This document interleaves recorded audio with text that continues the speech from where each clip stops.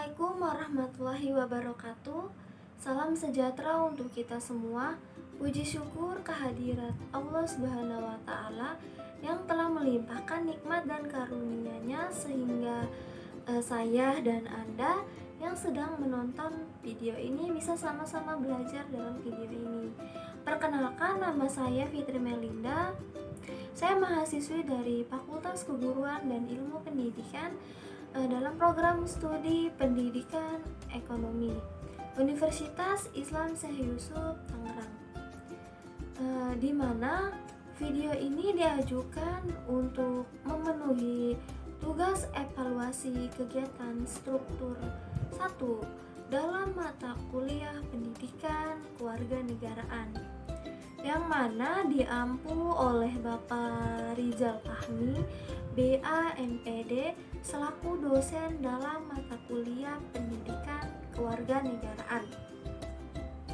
Baik, di sini saya akan menjelaskan materi tentang konstitusi.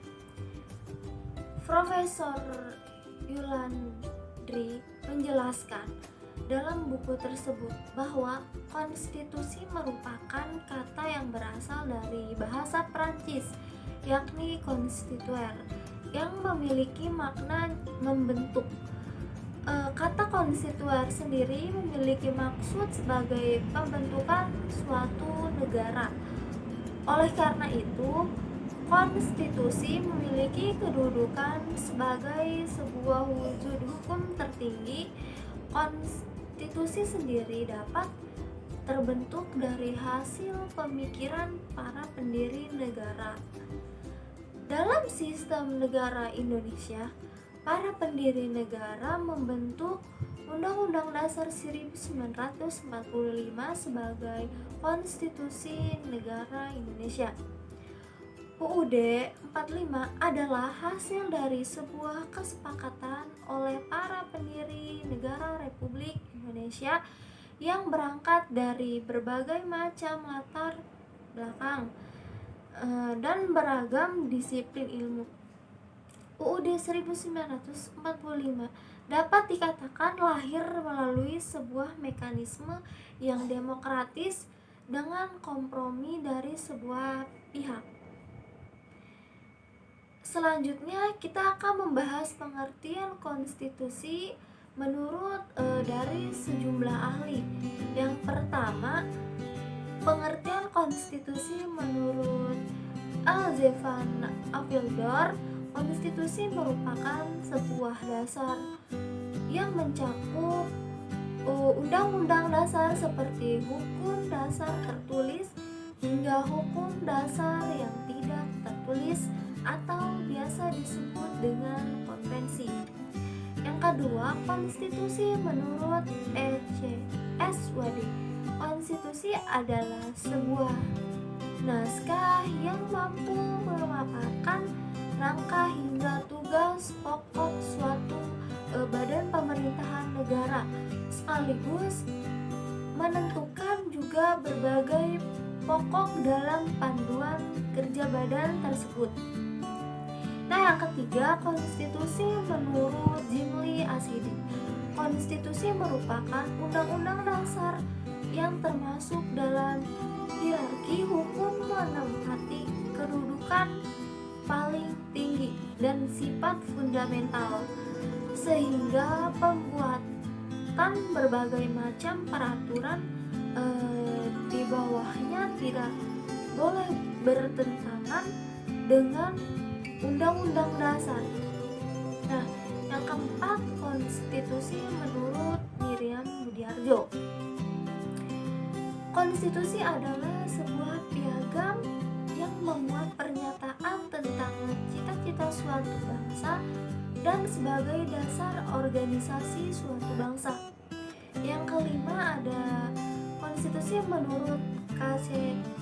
Berry, mengungkapkan pendapat bahwa konstitusi merupakan sebuah keseluruhan sistem tata negara suatu pelosok yang berupa kumpulan berbagai gaya untuk membentuk serta melakukan pengelolaan pemerintahan suatu negara. Nah, yang keenam, konstitusi menurut Herman Hiller dapat dibagi menjadi 3 pengertian, yaitu yang pertama konstitusi sosiologis, yaitu konstitusi yang menjadi cerminan dari kehidupan politik penduduk.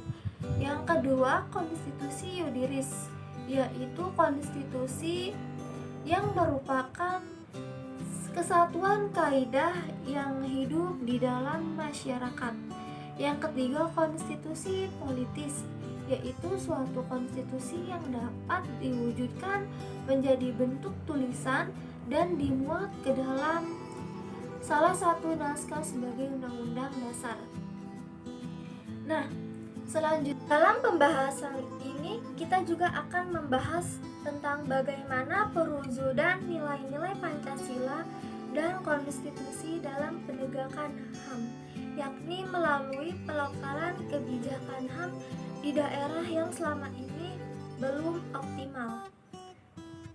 Posisi Pancasila dan konstitusi dalam upaya perlindungan, pemajuan, penegakan, dan pemenuhan terhadap HAM di Indonesia.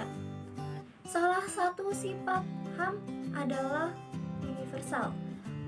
Universal berarti berlaku bagi setiap orang tanpa memandang latar belakang suku, agama, ras, dan kelompok apapun. Pancasila pada dasarnya memberikan jaminan terhadap HAM melalui nilai-nilai yang dimilikinya. Di Indonesia, penegakan HAM didasarkan pada ideologi negara, yaitu Pancasila. Ada 3 nilai yang terkandung dalam Pancasila, yaitu nilai ideal. Nilai ideal merupakan nilai yang berhubungan dengan hakikat kelima sila Pancasila. Nilai ideal bersifat universal. Yang kedua, ada nilai instrumental. Nilai instrumental merupakan penjabaran dari nilai-nilai ideal Pancasila. Dengan kata lain, nilai instrumental merupakan pedoman pelaksanaan kelima sila Pancasila. Yang ketiga, ada nilai praksis. Nilai praksis merupakan realisasi nilai instrumental dalam kehidupan sehari-hari. Hak asasi manusia, begitu pula dalam konstitusi, bahwa materi inti dari naskah UUD Negara Republik Indonesia tahun 1945 adalah jaminan terhadap HAM. Menurut John Locke, menyatakan bahwa terbentuknya negara didasarkan pada asas Pactum Unionis dan Pactum Subjectionis. Pactum Unionis adalah perjanjian antar individu untuk membentuk negara. Pactum Subjectionis adalah perjanjian antara individu dan negara yang dibentuk. Perjanjian tersebut menentukan bahwa individu memberikan mandat kepada negara atau pemerintah.